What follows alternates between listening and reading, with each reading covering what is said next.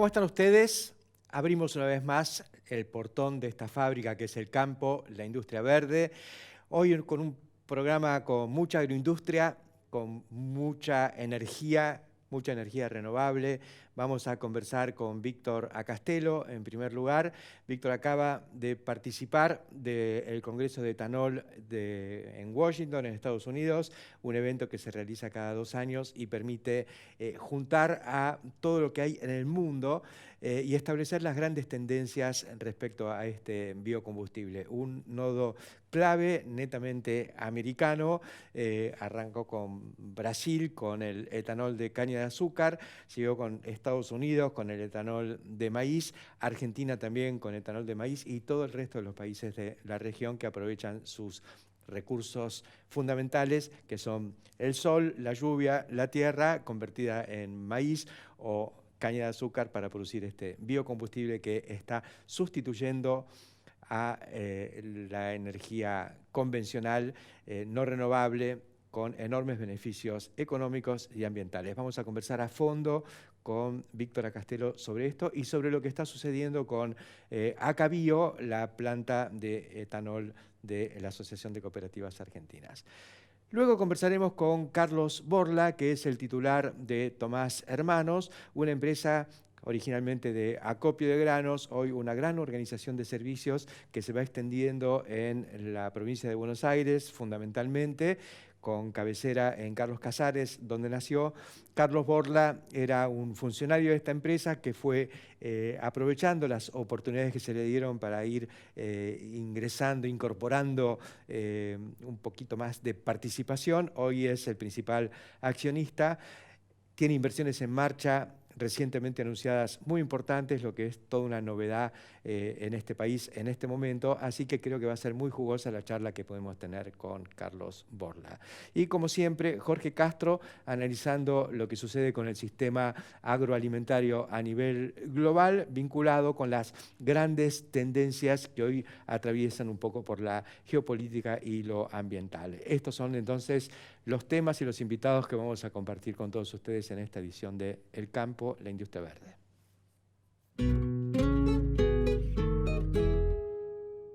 Aclamado por todos los productores, vuelve Orquesta Ultra de BASF. Anticipate y viví el sensacional resultado fungicida. El río con Hidrovía. 9 años agilizando la salida de más del 70% de las exportaciones argentinas. Hidrovía, vía libre para exportar. Aceitera General Dehesa. Acopiamos confianza. Auspicia Molinos Agro. En un mundo donde todo cambia, qué importante es encontrar el rumbo. Rumbo Nord, directo al crecimiento. Buenas semillas, buenos negocios. Nord.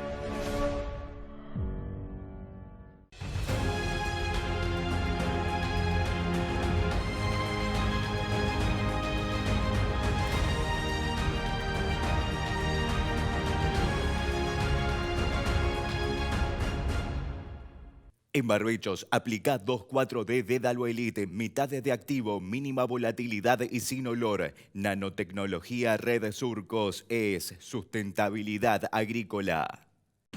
Rosmet brinda mayor innovación y beneficios en sus maquinarias. Encontrarnos en Parque Industrial La Victoria, Garnier y Esquina Garro, Venado Tuerto, Santa Fe, Argentina.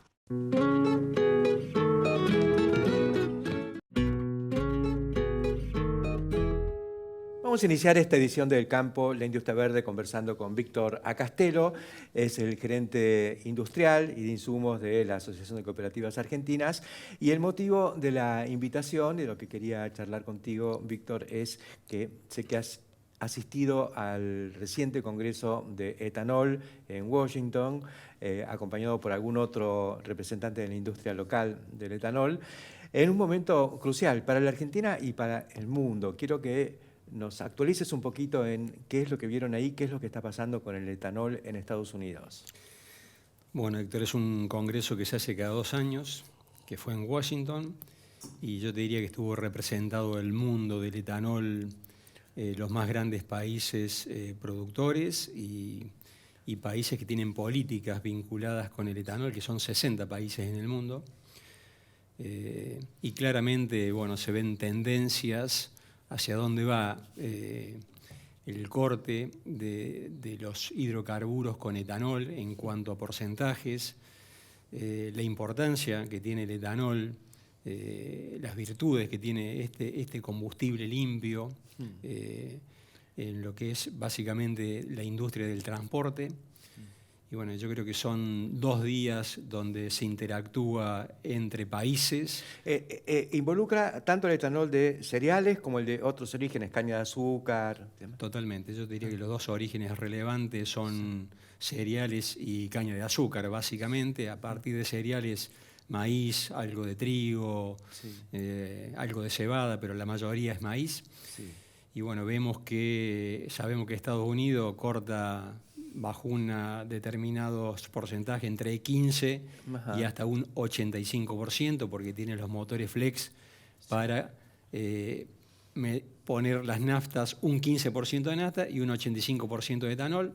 Distinto es un Brasil, donde corta las naftas con un 27% de etanol anhidro, pero también tienen los autos que funcionan 100% con etanol hidratado, que es un flex distinto, los motores, a la brasileña, pero entre ambos países, ahí ya tenés el 75% del etanol del mundo, pero Vietnam va al E10, al 10% de corte, China anunció para allá el 2020 el 10% de corte, Canadá pasar del 10% al 15% de corte. Como Estados Unidos. Como Estados Unidos. México al 10% de corte. Y eso que en México es muy petrolera. Bueno, pero también es el origen del maíz. Pero hay necesidades que son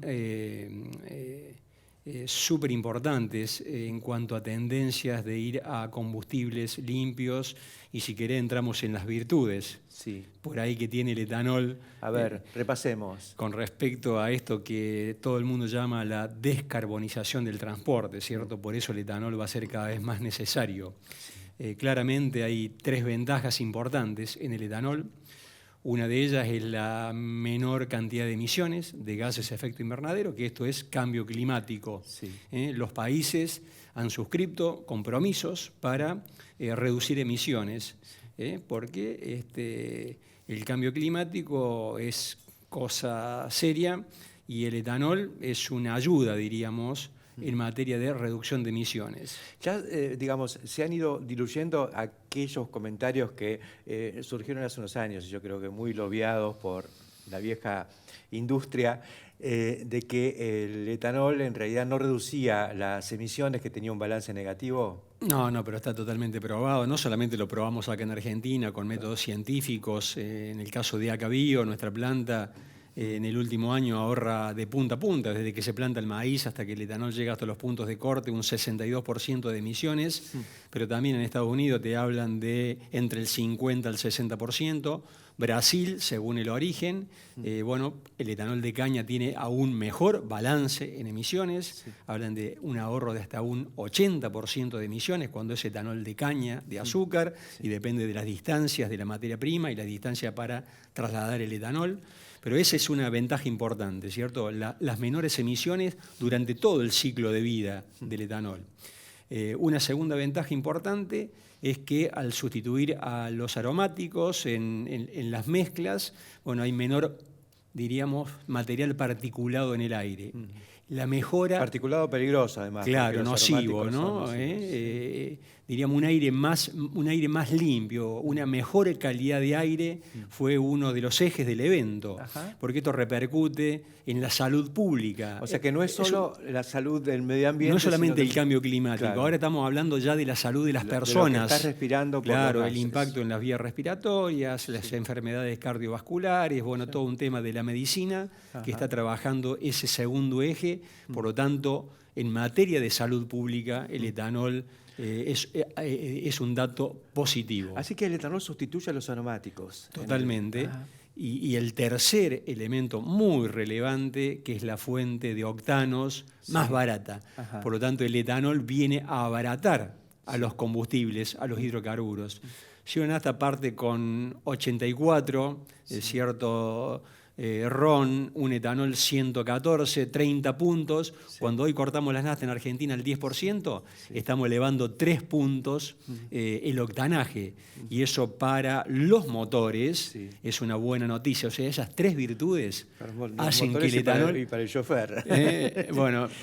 Para los motores, y aparte es más barato. Sí, sí. De hecho, hoy un etanol, por ejemplo, en Argentina, que se está vendiendo a 25 pesos con 50 el litro. Sí. Cuando lo llevamos a dólares y en metros cúbicos, como se cotiza en el mundo, son $418 el metro cúbico. Sí. Y hoy Argentina está importando naftas, hoy nacionalizada, a $478 el metro cúbico. Sí. Por lo tanto, el etanol es un combustible más barato, aparte de todas las virtudes que te dije. Desde el punto de vista ambiental y desde el punto de vista del octanaje. No hay mucho para agregar, ¿no?, en cuanto a dónde debe ir Argentina. Hay caminos.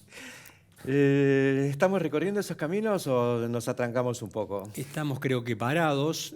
Hay que formar esta mesa de 4 patas con, obviamente, el gobierno, con las petroleras, con las automotrices y con las etanoleras de maíz y de caña de azúcar, y hay que consensuar. Claramente en Washington quedó claro que los motores convencionales, con el E15, cortar las naftas con un 15%, no requieren calibración. Fíjate que cuando se habló del 5% decíamos, ¿qué va a pasar? Cuando pasamos al 10, ¿qué va a pasar?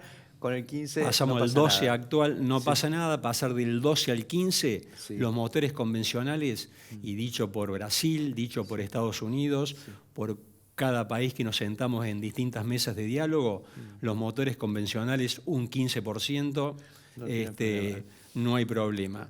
¿Y qué pasa ahora con los motores 0 kilómetros? Argentina debería dictar una política. Si Argentina dice, bueno, ahora vamos al E15 para los motores actuales, pero que los 0 kilómetros nazcan de otra manera, y ahí hay 2 caminos.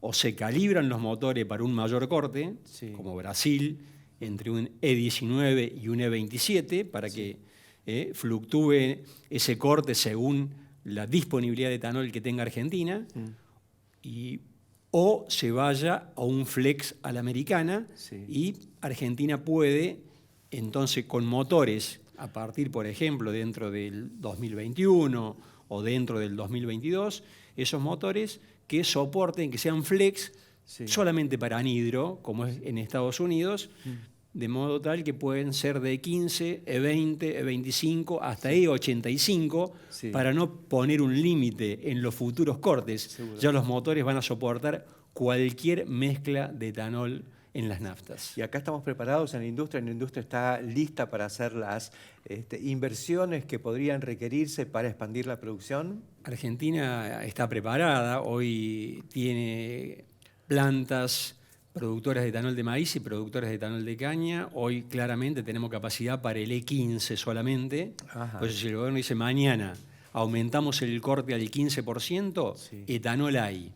Ahora, si nos dice a partir del 2021 van a estar los automotores, van a ser todo flex, pero para corte de etanol anhidro, y va a ser progresivo, al E20, los motores 0 kilómetros, al E25, y pueden llegar hasta el E85, van a ir naciendo progresivamente nuevas plantas, porque maíz, en Argentina sobra maíz, y bueno, por lo tanto, convertir el grano de maíz en etanol es valor agregado. En el interior del país lo tenemos muy probado, en Villa María, en Río Cuarto, en Alejandro Roca, en Villa Mercedes, en Reconquista, en todos los lugares donde haya maíz puede construirse una planta de etanol. Estamos en 48 millones de toneladas de maíz y hace falta logística nueva, y tengo entendido que ACA está en eso también, pero vamos a hacer un corte y después nos lo contás. ¿Cómo no?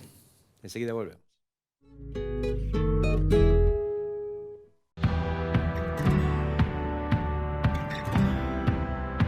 En plena cosecha pueden faltar camiones, pero lo que nunca te puede faltar es un buen stock de IPESA Silo. Una vez que arrancamos, no paramos. Imagina poder crecer sin límites. IPESA Silo. Si lo imaginamos, podemos. Saber lo que consumimos es valorar lo que producimos. IPCBA, Instituto de Promoción de la Carne Vacuna Argentina. Rizobacter es una manera diferente de hacer agricultura. Aplicamos tecnología para potenciar la vida de cada semilla en todo el mundo. Rizobacter, una empresa argentina.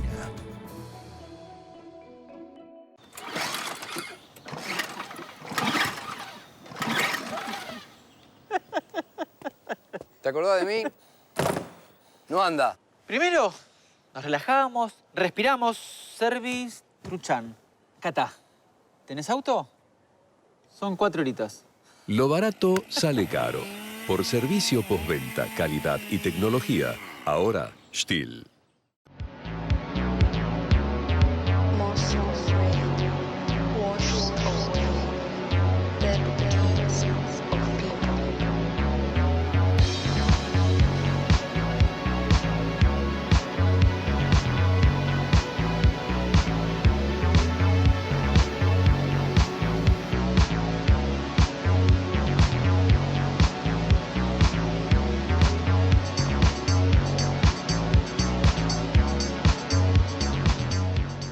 S4, tecnología para disminuir el riesgo climático en la agroindustria. Continuamos en el campo, la industria verde. Estábamos conversando con Víctor Acastelo, gerente industrial de la Asociación de Cooperativas Argentinas, hablando del último congreso de etanol que se acaba de realizar en Estados Unidos. Y pasábamos al tema de que en la Argentina está sobrando maíz y le tenemos que agregar valor. Etanol es una de las vías. Criaderos de cerdo, feedlots, todo eso está también avanzando, pero igual vamos a seguir creciendo. Por lo tanto, hace falta también logística para exportar más maíz. ¿Qué están haciendo? Bueno, ACA en este momento está construyendo su cuarto puerto. Se agrega al puerto sobre el mar argentino que está en Quequén, sí, al del río Paraná en San Lorenzo y al de Puerto Vilelas, Chaco para barcazas. Sí. Se agrega el cuarto puerto en Timbúes, un puerto que va a tener por ahora un solo muelle, obviamente. Nace con una planta de silos para 200.000 toneladas de capacidad de almacenaje. Bueno, y una playa de camiones para 800 camiones. Y bueno, una obra que ya está en altísimo avance. Es un puerto básicamente cerealero, no hay planta de crushing, por lo menos por ahora. Solamente cerealero. Solamente cerealero. Obviamente cuando uno hace una planificación, lo hace para el largo plazo y deja muchos espacios.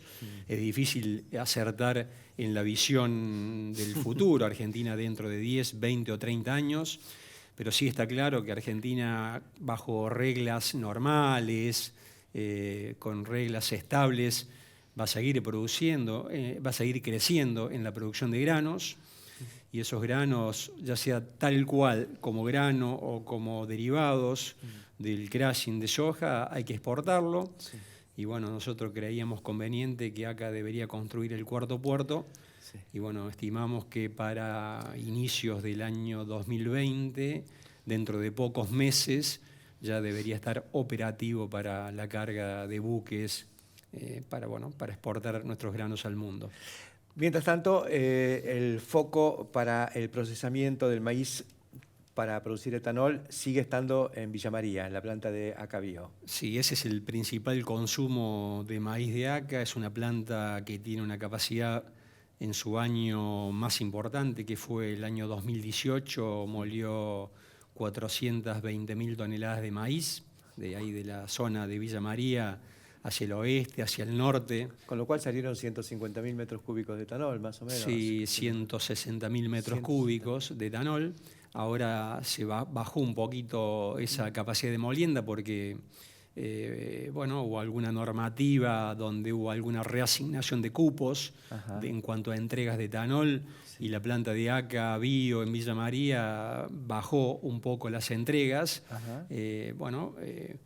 Estamos discutiendo, diríamos, los criterios de esas reasignaciones, pero bueno, no obstante ello, siempre ACA cuando encara un proyecto piensa en el larguísimo plazo, sí, por lo tanto estamos esperanzados de que esa planta va va a producir cada vez más etanol. Si hace falta, como decías en el bloque anterior, más etanol, tenemos que ir aumentando el corte. Es ridículo, digamos, estar reasignando cupos entre las empresas que están, cuando lo que hay que hacer es expandir para todos. Cuando Argentina es importador de naftas, Además, aún, ¿cierto? claro. Aproximadamente 400.000 metros cúbicos de naftas por año, aproximadamente, depende del año. Y esa planta de Villa María, que tiene una capacidad de 160.000 metros cúbicos año, ahora está en proceso de expansión, está en una ampliación de un 60% de su capacidad para ir a 260.000 metros cúbicos año. Para lo cual van a procesar 600.000 toneladas. 650.000 toneladas de maíz por año. Pero bueno, eso va a depender... Son 2.000 toneladas por día. Así es. Va a depender de que Argentina incremente el cupo.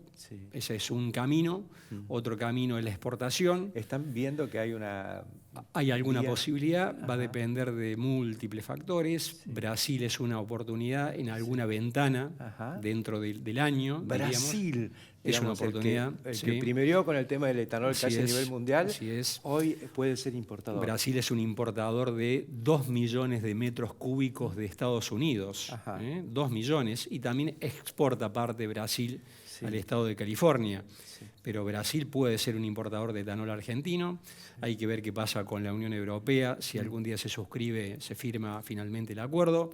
Hay que ver con China. Hoy China tiene un arancel del 30% para, si Argentina quiere exportar, hay un arancel de importación puesto por China del 30%. Pero bueno, son todas cosas que hay que ir viendo. Y bueno, y puede haber algunos mercados más chicos, ¿no? Como Chile, bueno, etcétera. Pero yo creo que el camino natural sería el aumento del corte del etanol en Argentina, un inmediato, pasar del E12 al E15. Eso es ya y tenemos maíz para hacerlo. Totalmente. Y para el mediano plazo hay que ir a los motores flex y cortar las naftas con etanol anhidro, que las petroleras sigan teniendo el control de los cortes, por la calidad del producto, por la logística, etc. Y ahí puede ser entre 15, 20, hasta E85. Como es en Estados Unidos. En Estados Unidos y en este Congreso se discutió porque a todos nos encanta y vemos este fenómeno del desarrollo de los autos eléctricos, Tesla, etcétera, etcétera. La industria del etanol, ¿cómo se planta frente al auto eléctrico o al transporte eléctrico? Hubo algunas ponencias interesantes, algunas dijeron que el futuro es el auto eléctrico, claramente, lo dijo Brasil, que es el número 2 en el mundo en etanol después de Estados Unidos. El futuro es el auto eléctrico. Pero eléctrico con electricidad limpia. Y la electricidad limpia puede ser biogás, que es chico el biogás, es el etanol, claramente, como combustible limpio, y alguna otra energía limpia. Alguna otra energía limpia, no energía de petróleo, porque tenemos que ir a una descarbonización del transporte. Entonces, luego una ponencia de una automotriz japonesa importante presentando su producto híbrido funcionando con etanol, con un ahorro de 80% de las emisiones. Ese es el Prius de Toyota. Exactamente, lo has dicho tú, Héctor. La verdad que ¿es el auto eléctrico el futuro? Parece que sí. A mediano y largo plazo. Pero ¿con qué electricidad? Bueno, el etanol es la gran alternativa en cuanto a electricidad limpia para que funcione así la industria automotriz. Fantástico esto que nos estás contando y que está sucediendo. Lo último que quería también que nos refresques un poco es cómo era esta cuestión de que también en la planta de Villa María capturan el dióxido de carbono que se genera en la fermentación del maíz. Bueno, sí, el maíz, ese grano mágico, 1/3 básicamente va para etanol, 1/3 el almidón va para etanol. Las proteínas se concentran junto con los minerales, la materia grasa y forman los granos destilados para nutrición animal. La burlanda. La burlanda, sean vacas de tambo, vacas de carne, aves, cerdos. Cayeron justo en Villa María, donde no pasa nada. Exactamente. Con el tambo, con el feedlot. Es una cuenca lechera inmensa. Parte de ese DDGS va al criadero de cerdos de ACA que tienen Yanquetruz, o sea que... y ahí se consume también maíz y DDGS, ¿no? En el criadero de cerdo que está en Juan Llerena. Y el tercio restante del grano es CO2, que a la salida de los fermentadores antes se venteaba, ahora se lo recoge a ese CO2 y se lo traslada a una planta que está en el mismo predio, una planta que lo purifica, que es de Chiantore, una empresa de Villa María, que es de tercera generación, una pyme familiar, muy profesional, que tiene un mercado del dióxido de carbono importante en Argentina, con un 20% de participación de mercado en Argentina. Para abastecer a la industria de bebidas carbonatadas. Bebidas carbonatadas, la industria de matafuego, la industria de la minería con el litio, etcétera, etcétera. Bueno, hay muchos destinos para el CO2. Bueno, antes se venteaba, ahora Chiantore dejó de producir dióxido de carbono con gas natural y ahora produce con gas de maíz. Y bueno, ahora cuando tomamos una gaseosa o soda, tenemos gas de maíz adentro y no más gas de petróleo. Y la Coca-Cola tiene también, o las bebidas cola en general, jarabe de fructosa que también se obtiene de la fermentación del maíz. Sí, algún día estará el envase, seguramente en algunos países por ahí el envase verde proveniente también del maíz. Víctor, ¿qué esperamos? Yo quiero ver esa gran fábrica de bioplásticos a partir del etanol. Ya tenemos masa crítica como para ir encarándolo. Ojalá algún día llegue. Ojalá algún día llegue. Bueno, muchísimas gracias por contarnos lo que pasó en este congreso tan clave, tan fundamental. El maíz es el eje de todo y no solo es el eje de la sustentabilidad, sino que es el eje de la productividad en esta época, la logística, todas las inversiones que lo van rodeando para que se pueda expandir y el valor agregado a través de esto, con el atributo adicional de la ecología. Fantástico. Bioeconomía 360. Muchas gracias, Héctor. Sí, el maíz es un grano espectacular, desde donde se genera la semilla, el criadero de semillas, todo el proceso industrial, mucho empleo en Argentina, valor agregado por todos lados. Coincido plenamente contigo. Es lo que dice nuestra escenografía. Arrancamos con una semillita y terminamos embarcando un doble cuarto de libra con queso. Es todo maíz. Gracias y enseguida continuamos.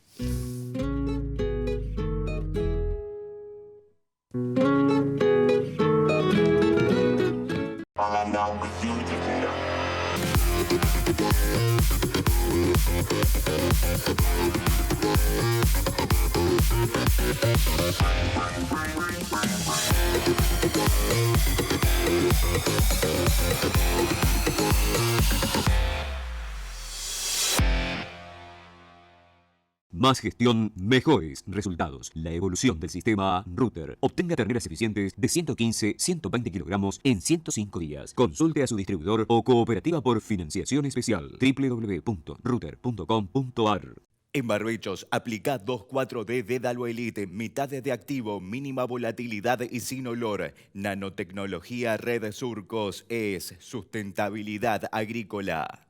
Estamos cuando soñás, cuando decidís, cuando planificás, cuando nos necesitás. Estamos siempre para que vos no pares. CLAS no para. Rosmet brinda mayor innovación y beneficios en sus maquinarias. Encontrarnos en Parque Industrial La Victoria, Garnier y Esquina Garro, Venado Tuerto, Santa Fe, Argentina. Asegúrate contra granizo en La Segunda, donde lo primero sos vos. Grupo Asegurador La Segunda.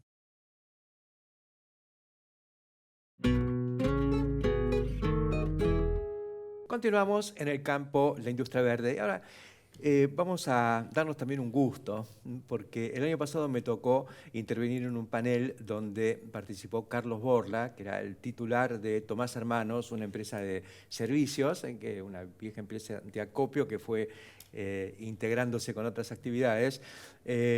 Y bueno, de pronto Carlos Borla es el presidente de la compañía, no tan de pronto porque ya venías desde ahí, y de pronto la empresa empieza a expandirse y anuncia en este momento inversiones muy importantes del orden de los $4 millones para seguir adelante con esto. ¿Qué tal, Carlos? Un gusto. ¿Qué tal, Héctor? ¿Cómo estás? Bien. Sí, suena algo extraño en la Argentina que estamos viviendo, sí. Pero no es la casualidad, creo que es un poco la definición con Raúl Tomás, que lamentablemente ya no está con nosotros, que es socio de la firma, en la cual planificamos hace muchos años generar una empresa de mucha confianza, para la cual llevamos adelante una política muy austera de distribución de utilidades, como para que el foco de nuestra actividad sea la empresa y no ser los accionistas los grandes beneficiados. ¿Eso qué significa? Eso significa que a medida que fuimos creciendo, teníamos que lograr dos objetivos.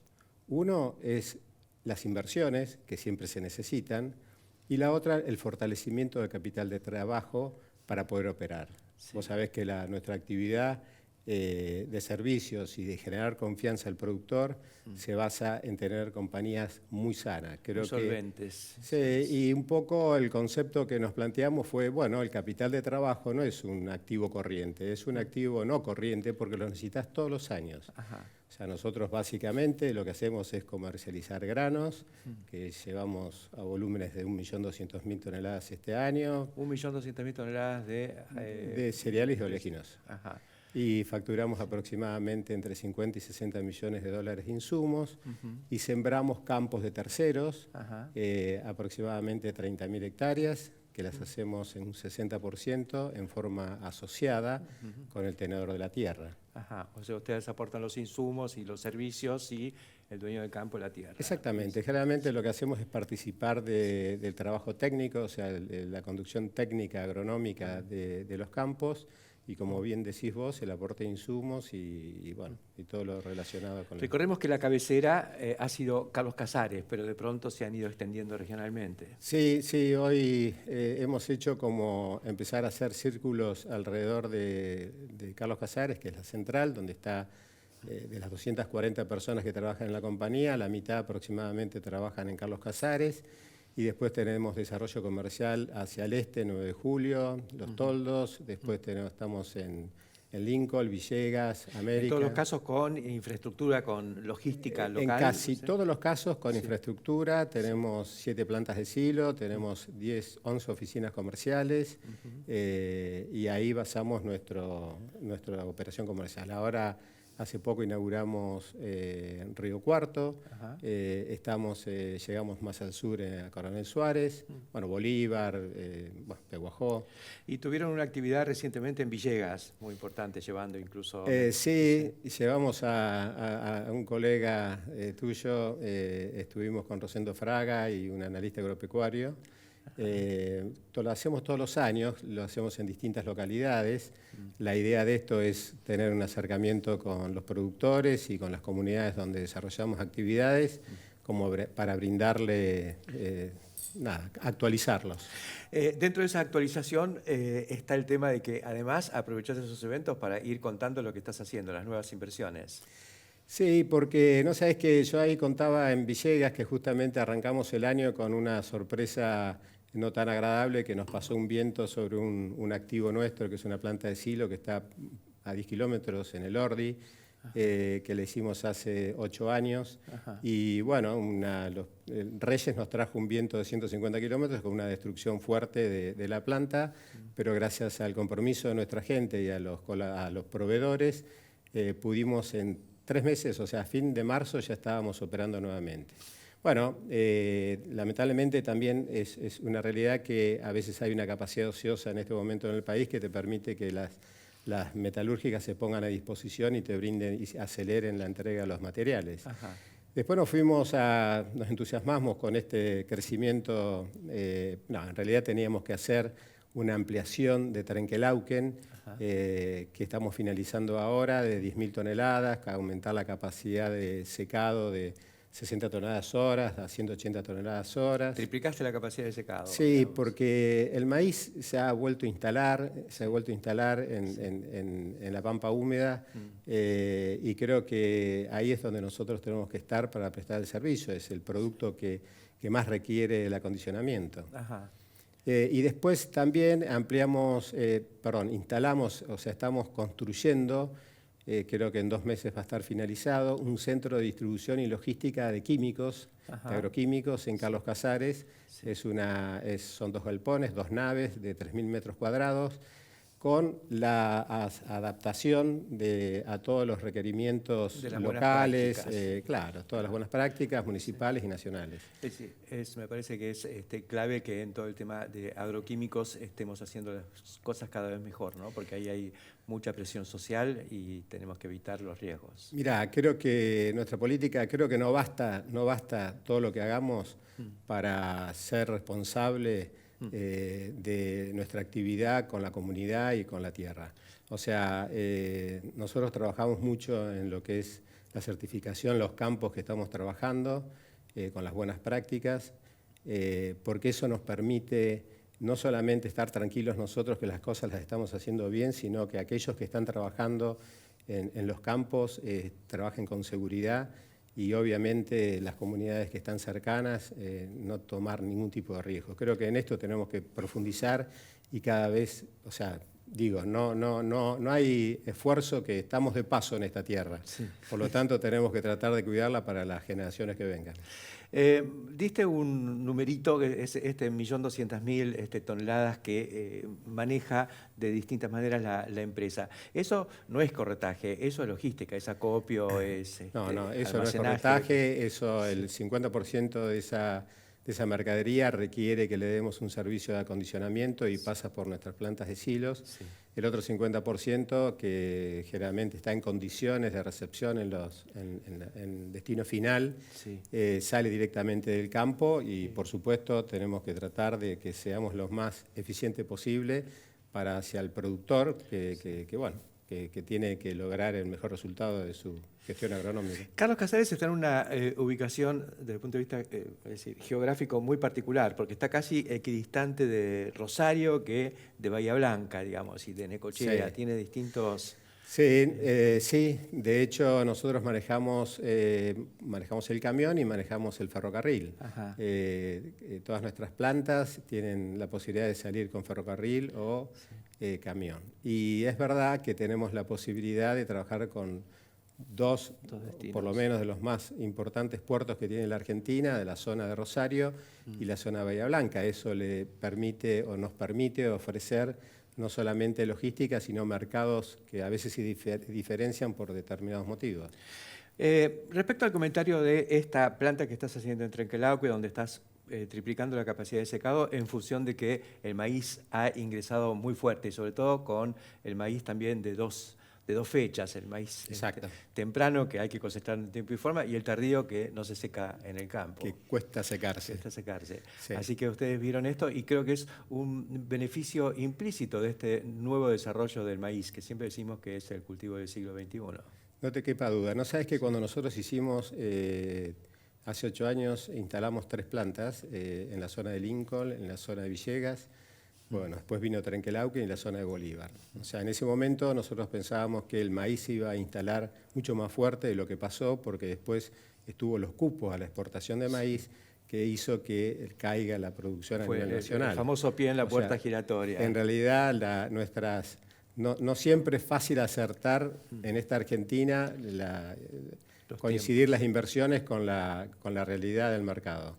Pero bueno, después de toda esa transición, tuvimos la oportunidad en los últimos años de esos activos que ya estaban pagos y que nos permitía trabajar, poder dar ese servicio que es tan importante para el productor en el momento de la cosecha, ¿no? Carlos, vos llegaste a la presidencia y a ser el accionista principal de Tomás Hermanos, habiendo arrancado ahí desde una posición menor. No eras un socio capitalista en el origen. Sí, no, tal cual. Yo tengo 59 años y mi amigo Raúl Tomás, socio de la empresa, por razones profesionales, él estaba en otra actividad y estaba manejándola a unos socios minoritarios. Él me invita, porque yo había tenido la oportunidad, antes de ir a Carlos Casares, de trabajar con él en otras funciones. Entonces me dice, bueno, es una empresa que tiene mi nombre, es una empresa que es de mi familia, me gustaría que participes, y ahí es donde me hace el convite para ir con 27 años. Yo creo que el nivel de irresponsabilidad de Raúl y las ganas mías de trabajar... Yo diría la visión de Raúl. Sí, tal cual. Y bueno, y formamos una buena O sea, pudimos hacer buenas estrategias porque siempre él me entendió y yo traté de entenderlo a él. Es una persona que tenía 20 años más que yo y extremadamente inteligente, muy estratega, que me enseñó mucho y así fuimos construyendo de a poco con este tipo de políticas que teníamos que mirar la empresa como algo muy importante más allá de los intereses, repito, de los accionistas, ¿no? Y ahí fuiste metiéndote y creciendo desde adentro. Sí, bueno, Raúl me invita a participar. En ese momento es como que hicimos un acuerdo por un año y dijimos, bueno, vamos a ver qué pasa. Y ahí fueron surgiendo distintas ideas y distintas posibilidades que me fue dando él a mí, conjuntamente con su hermano, para que yo participe en la tenencia accionaria y hacerlo más atractivo para un joven con muchas garras y con muchas ganas de 28 años y había que irse a vivir a Carlos Casares, yo recién casado, ahí nacieron mis 3 hijos y ahí sigo viviendo. Después vino otro momento que tuve la oportunidad y me dieron la opción de poder adquirir otro paquete accionario y eso permitió que hoy yo tenga la mayoría de las acciones y la familia Tomás tenga un 30 y pico % y 2 gerentes, que yo estoy un poco repitiendo la historia, les he dado la posibilidad también que ingresen como accionistas, que son gerentes y manos derecha mía en este momento. Así crecen las empresas, las genuinas empresas que pertenecen a esta saga de la segunda revolución de las Pampas. Muchas gracias, Carlos Borda, por acompañarnos aquí en el campo de la industria verde. Felicitaciones y los seguiremos acompañando, difundiendo todo lo que están haciendo. Muchísimas gracias, Héctor. Enseguida continuamos.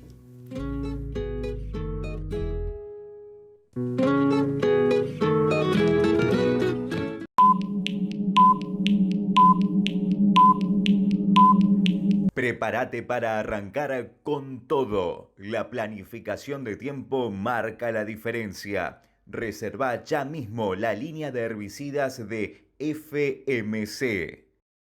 En Bio4 tenemos un compromiso: generar empleo, capacitación y desarrollo tecnológico. Bio4, construimos un futuro con más energía. Somos de la tierra del alimento y en ese origen está todo. Profértil, vida para nuestra tierra. En Nucid queremos que pienses en grande, como nosotros. Por eso te ofrecemos sorgo silero, granífero y forrajero, girasol y maíz para que crezcas al máximo de tu potencial. Nucid, más allá del rendimiento. Seguinos en nuestras redes o ingresa a www.nucid.com.ar.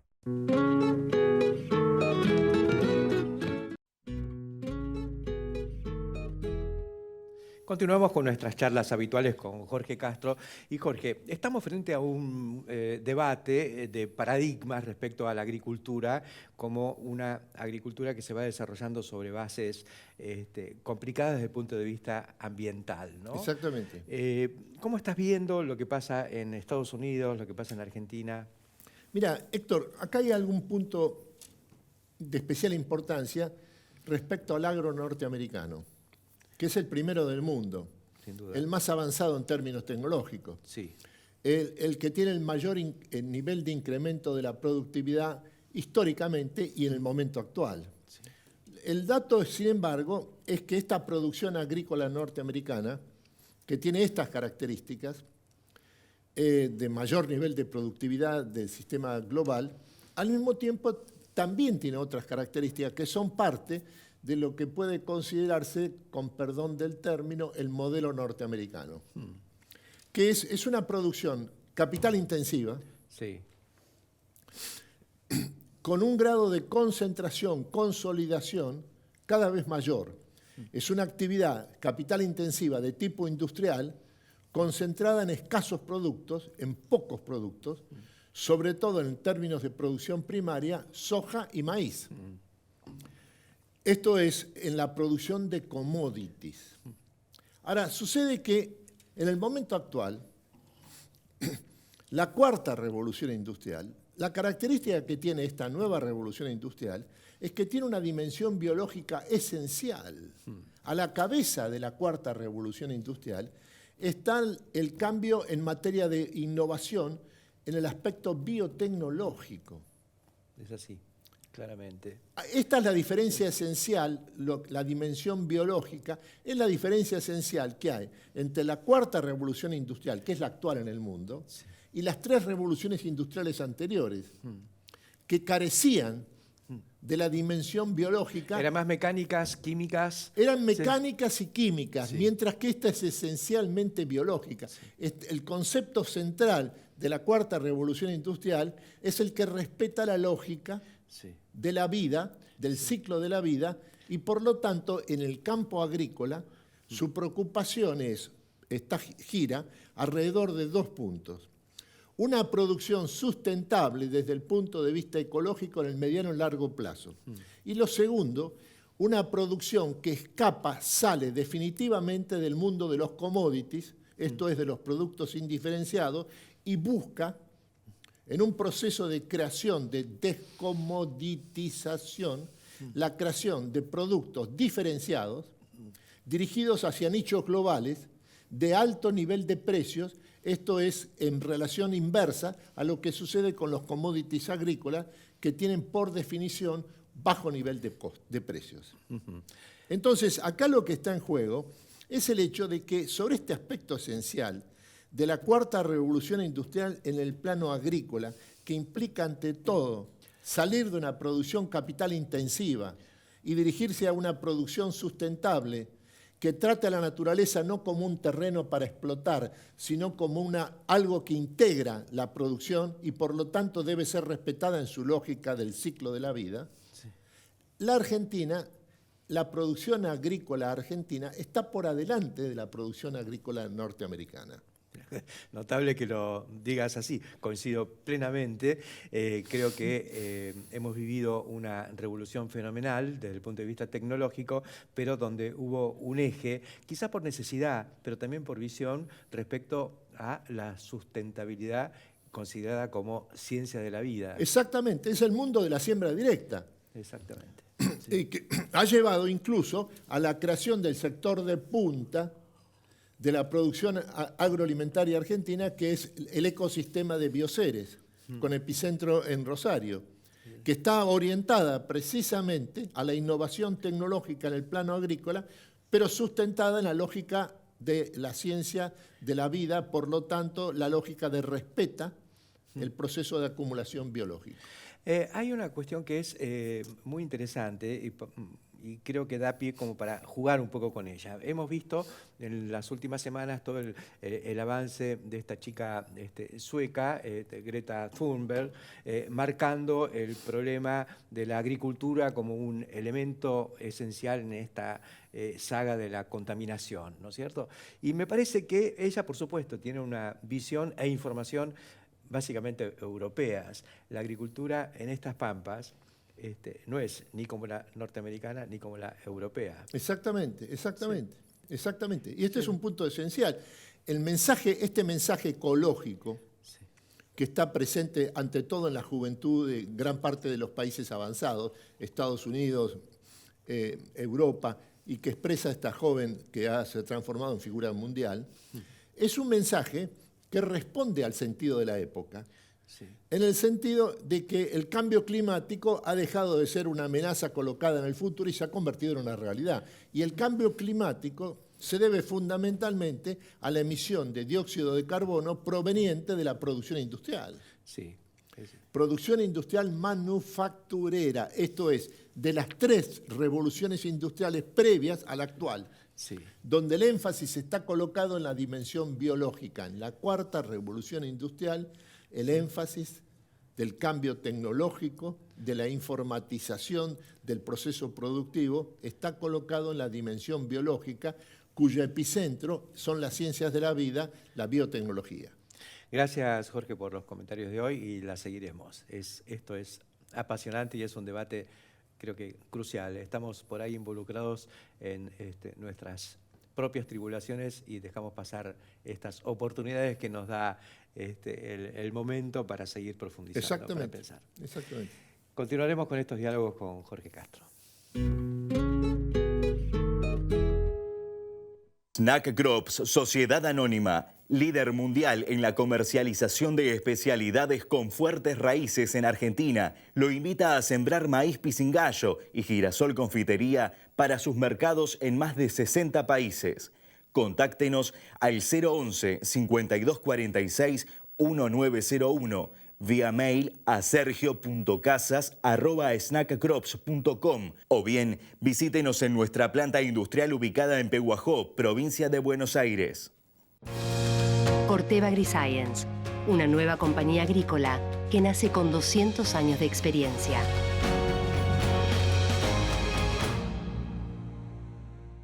Renatre se moderniza.